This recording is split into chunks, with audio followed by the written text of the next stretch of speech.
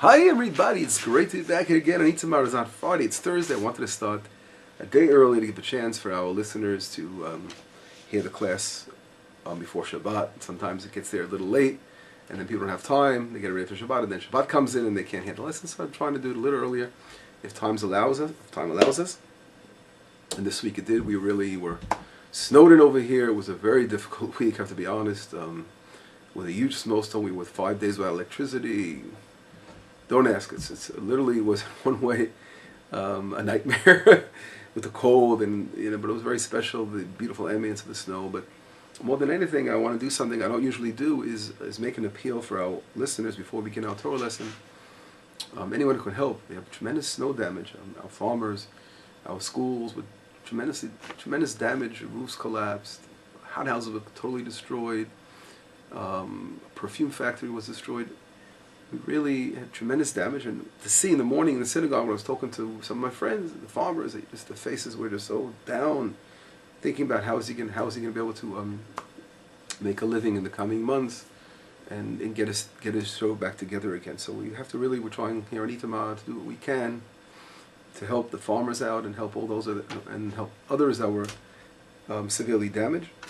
And it'll be a great gesture and a wonderful thing to do, and anyone can help. Friends of Itamar has many ways of helping. We have the PayPals on our sites, torahitamasupporters.com or friendsofitamar.org. And then we have, of course, direct. If you want to send direct money to the by check, and mail it to Friends of Itamar, 1483 East 34th Street, Brooklyn, New York 11234, and help in that way as well.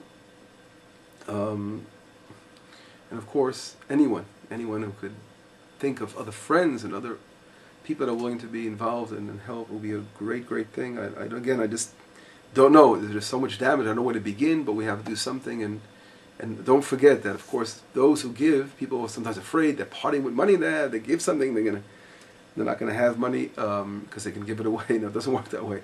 God blesses us, and we have to bless others, and it only blesses more. The more we give, the more we're involved in charity and helping others in time of need, the more we will be blessed. And that's something to always remember. It's a very, it's a rule, it's a cardinal rule of the Torah. In the same letters, ma'aser, meaning to give tithes, is the same letters osher, meaning wealth. If you want to be wealthy, give. But of course we shouldn't give for that reason. But people should be reassured. God tells us, I'm reassuring you. It says, I will test you with this. Give and you'll see you'll get back. But anyway, anyone who can help will be doing a tremendous chesed to help these farmers. I'd like to get right down to a Torah lesson. And let's begin. Where we begin, we're beginning a new book of Shmot. Amazing. It's always the ambience of every portion and every book of the Torah is so special. And here we're beginning after learning all about the forefathers and the building of the house of Jacob. And here, the story of bondage in Egypt and slavery and coming out of Egypt and all the plagues of Egypt and Paro. And wow, we're full. So much to study. But I want to really begin focusing on one important question, which we must ask ourselves. Why? Why? Why do we have to go into exile for? Why did the nation of Israel have to be formed through the furnace of Egypt? What was it all about? Why? And this question is brought down by many great Torah scholars, giants, and I'd like just to quote one for now. We'll see. If we can understand him, it's a little difficult. It's Kabbalistic. One of the great scholars, Rav Moshe Cordovero, in a book called Pardes Limonim, he writes like this, and I'm going to quickly try to bring down some of his points and see how we understand his words. Inyan Galut Mitzrayim, he's saying the concept of exile, the Egyptian exile, what is it all about? And he says, Liot she'ad shezarach or Avraham Avinu, היה הקדוש ברוך הוא משפיע שפע נשמותיו במובחרים שבין אנשים כי כן היה ראוי. Because until Abraham came along, God would disperse, we can say. He would give out the divine lights of abundance to chosen individuals, chosen people who are worthy to receive that soul, a special soul light. כי אם לא חטא אדם הראשון, היה לו קוטנות אור ואלף. And if it wasn't for his sin, he would have had a garment of light. Now, what is he referring to? It says in the Torah in Genesis chapter 3 that after the first man and woman sinned, God gave them garments of skin. Now, in Hebrew, the word is kotnot or, with an ayin. Ayin vavresh in Hebrew means skin. Like garments of skin. Before that, if you take the ayin away, saying before the sin of the first man, Moshe Kodaval is trying to teach us that he would have had a garment of light, because the same word in Hebrew, or, and or is the same word. And of course, ayin is gadol, comes from ayin, like further down in the throat. Or aleph comes a little higher up, right, from higher up. But there's they sound very similar words. And it's just you change one letter and you have a different word completely. So he's saying if it wasn't for the sin of the first man, he would have gotten a garment of light. Of course, we're talking about a spiritual concept. But instead he got this garment of all, like a skin, which refers to a husk. What does this, of course, mean? Let's go on. And after that he says like this, he's saying, Shehu romez lachdut Hashem yichudo. Aleph, of course we know, is one. And the one hints to the fact that God is one in the world. Shema Yisrael Hashem Elokeinu Hashem Echad. Right? That's our purpose in the world, to show that God's one. And if he wouldn't have sinned the first man and woman, they would have gotten the garments of light. אבל כשחטא וערבב קודש בחול וחול בקודש, ובא נחש על חווה והטיל בו זוהמה, נתערב הקודש והוליד לקין. What happened was, because of the sin and the snake placed within Chava, as we saw Zohama, the uncleanliness,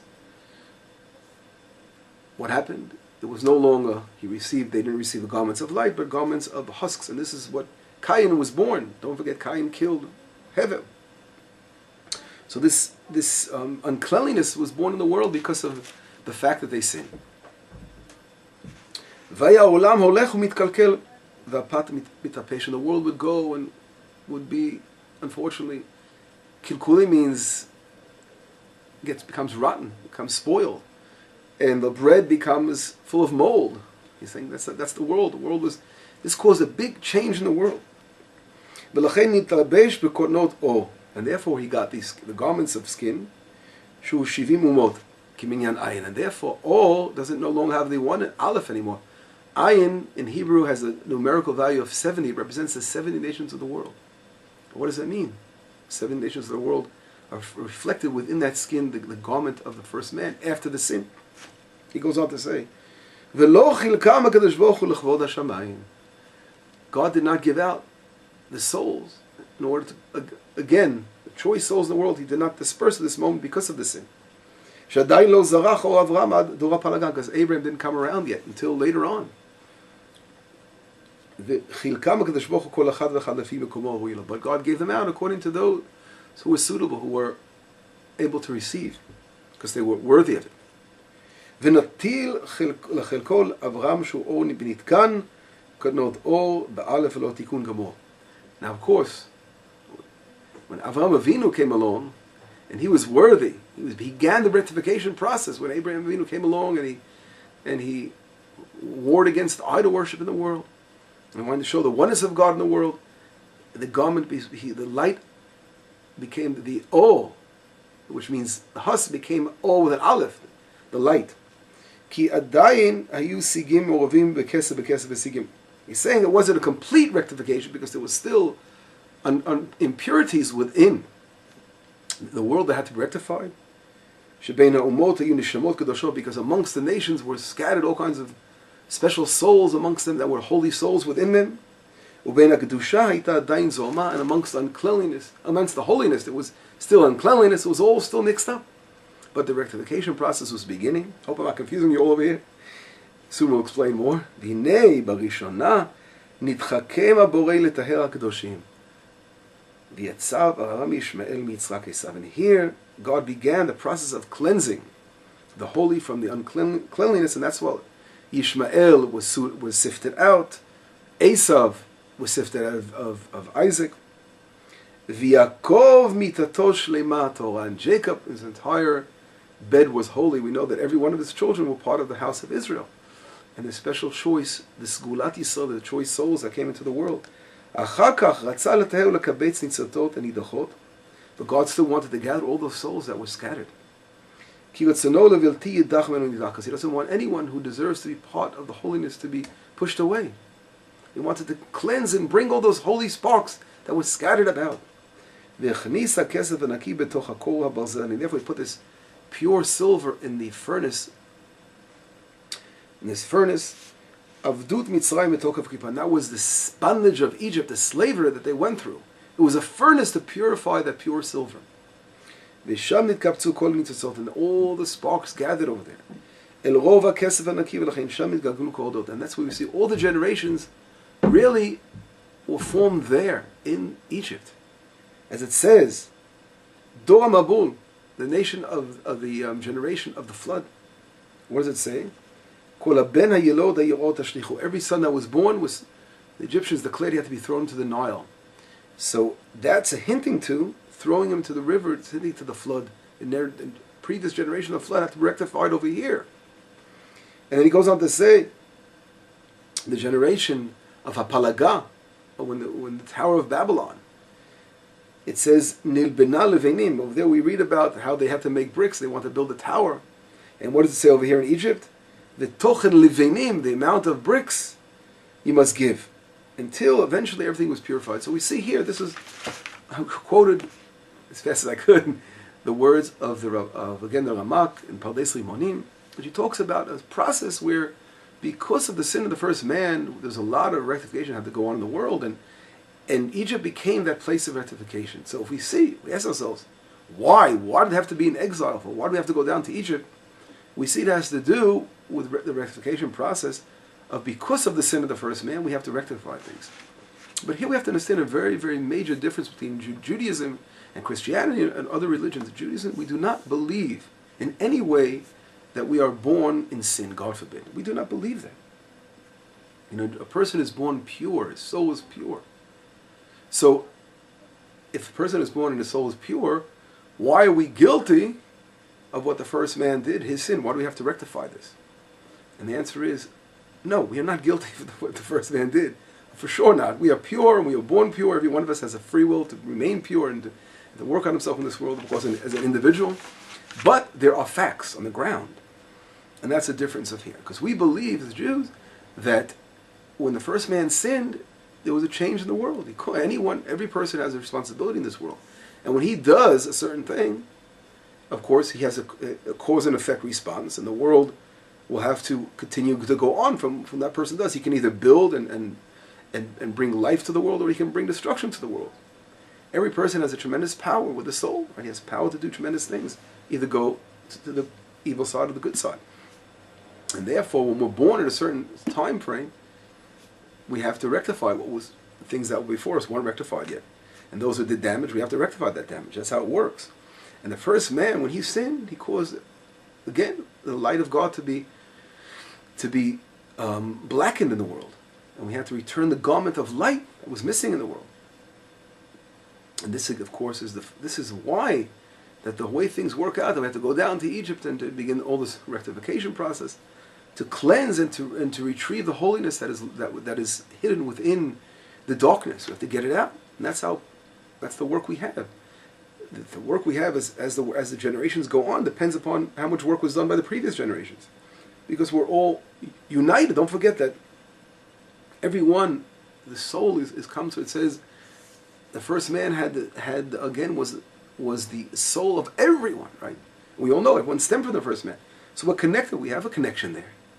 We have a spiritual connection, and we have to again take responsibility of what was done in the past. We have to look at ourselves as a unit, working together as a unit. We can't just say shut off our responsibility and what's going on. We can't live in an incubator, just live in some kind of solitary confinement and not look at what's going on in the outside world. But we are in the world, and we have to rectify. And every generation, souls come down. At that time during the world, they have a power to rectify things that others didn't, because they were put place at this time. So it's a very, very deep concept, and that's really what we see. Rather, Ramak and many other great giants of Torah explain that's the reason we went down to Egypt. So that's one explanation.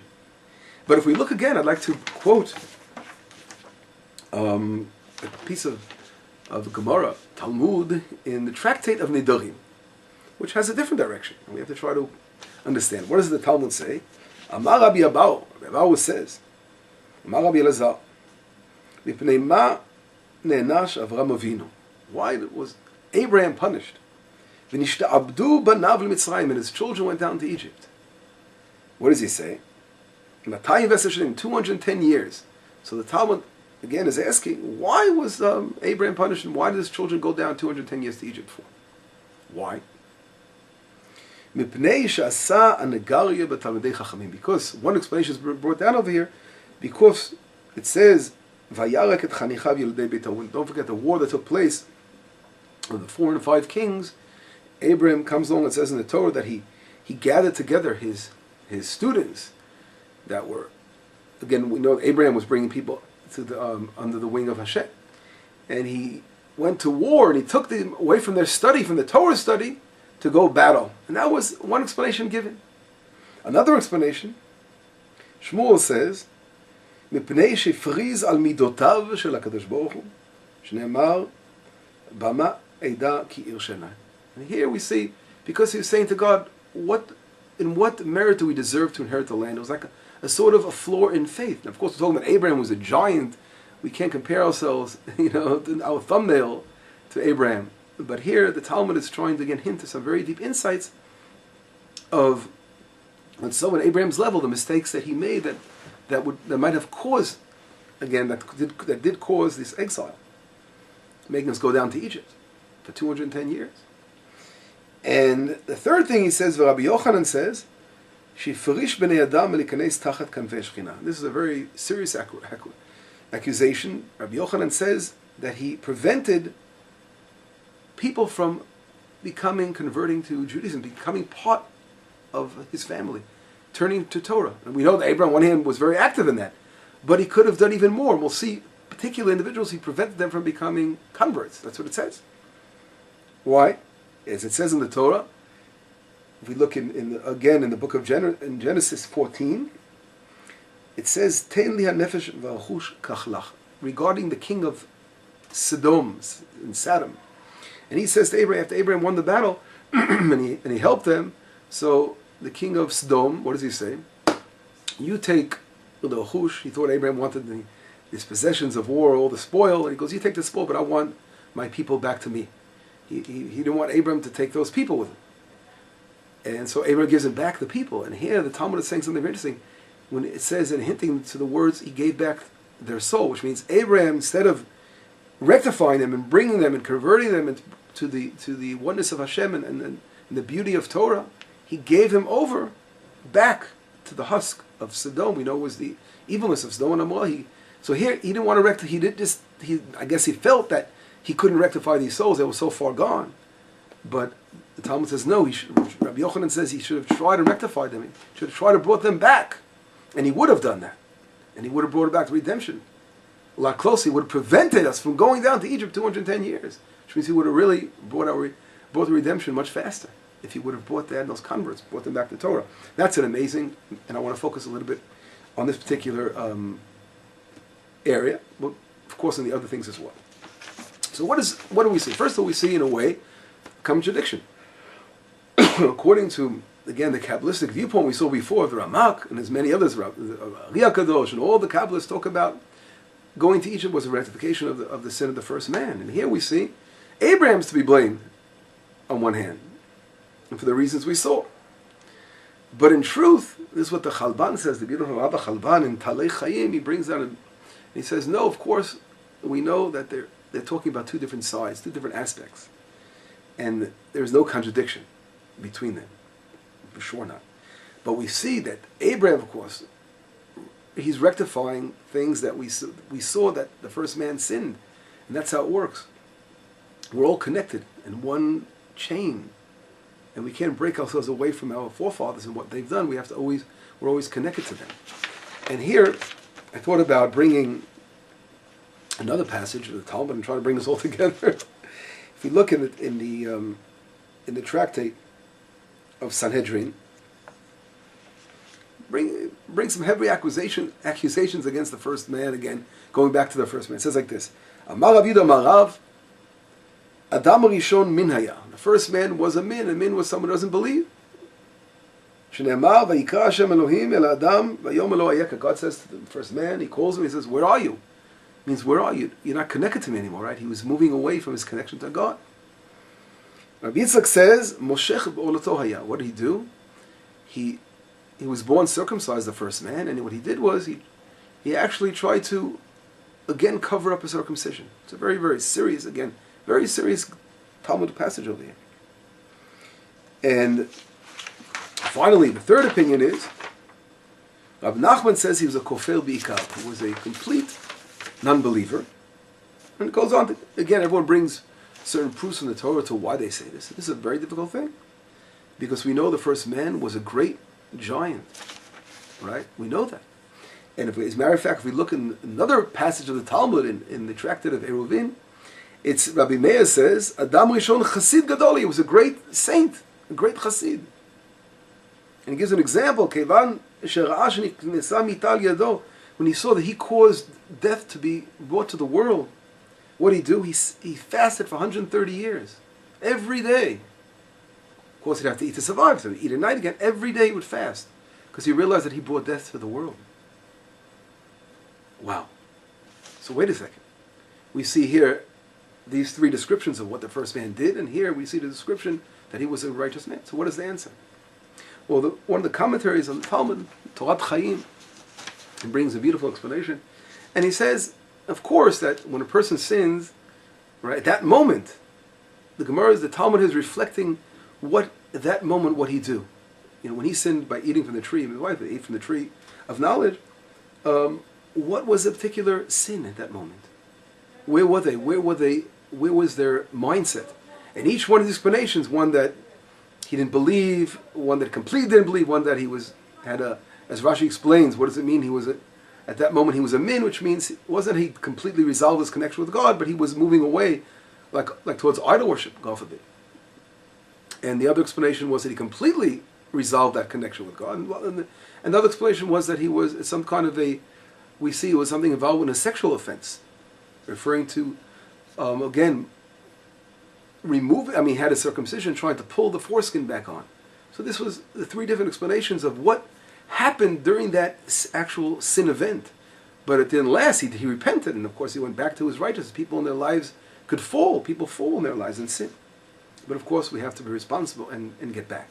So here we brought down a couple of different Talmudic passages, and I'd like to make a little bit order amongst them. Number one, we saw the Kabbalistic viewpoint of how we're going down to Egypt was rectification of that whole sin. We saw the Talmud viewpoint, the different explanations of what was the sin of Abraham that caused us. So he was sort of involved in us going down to Egypt as well.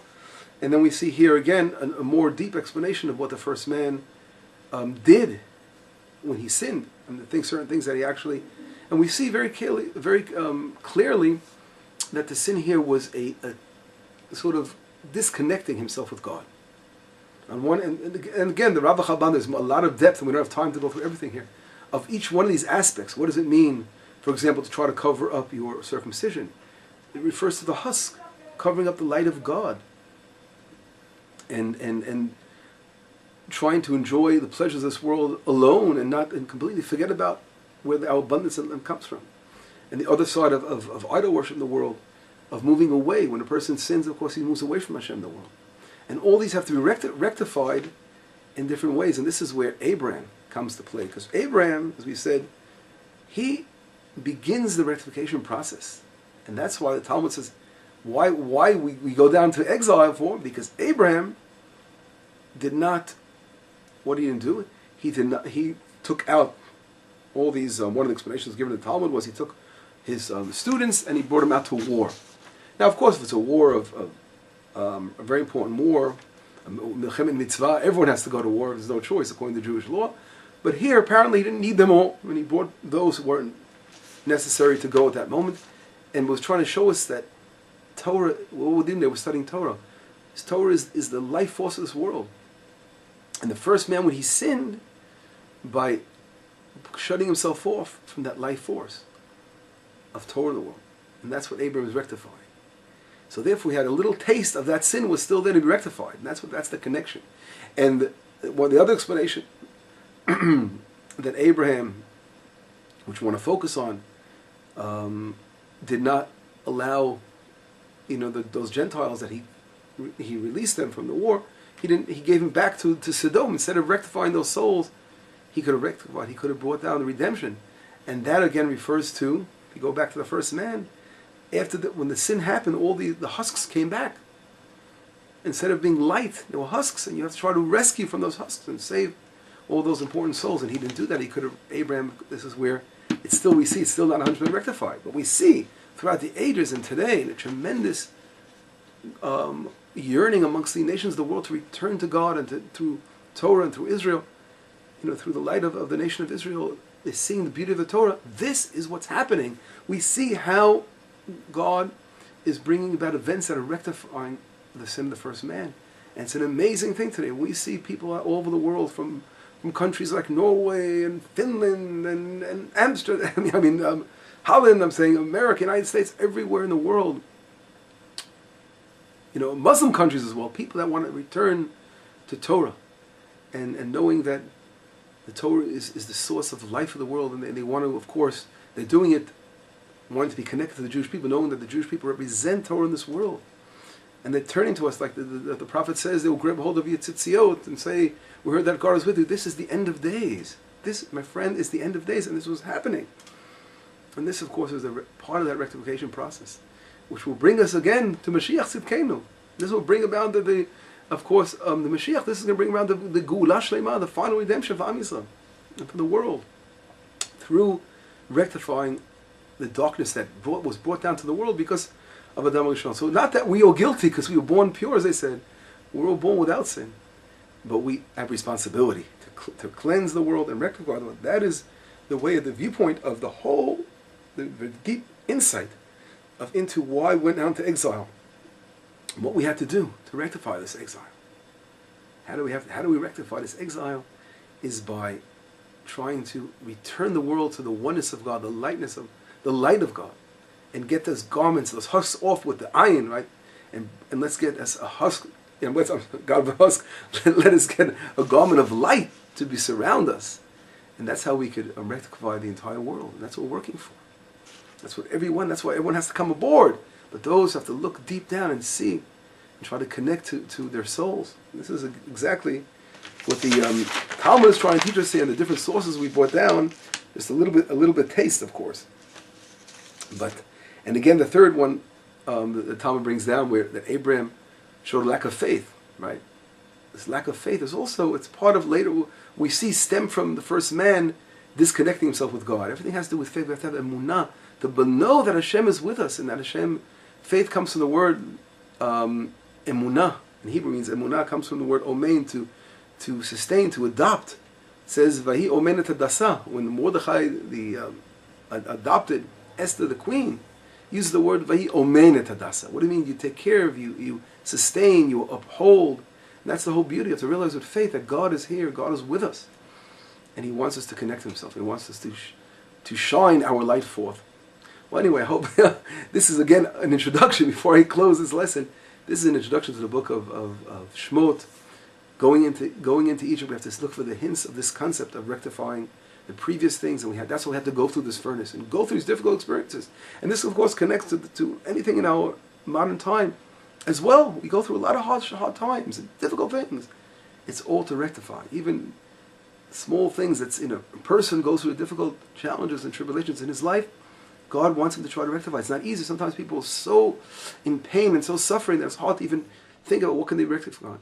But we have to try as much as we can to always look to Hashem for support and to rely on Him, and we'll be okay.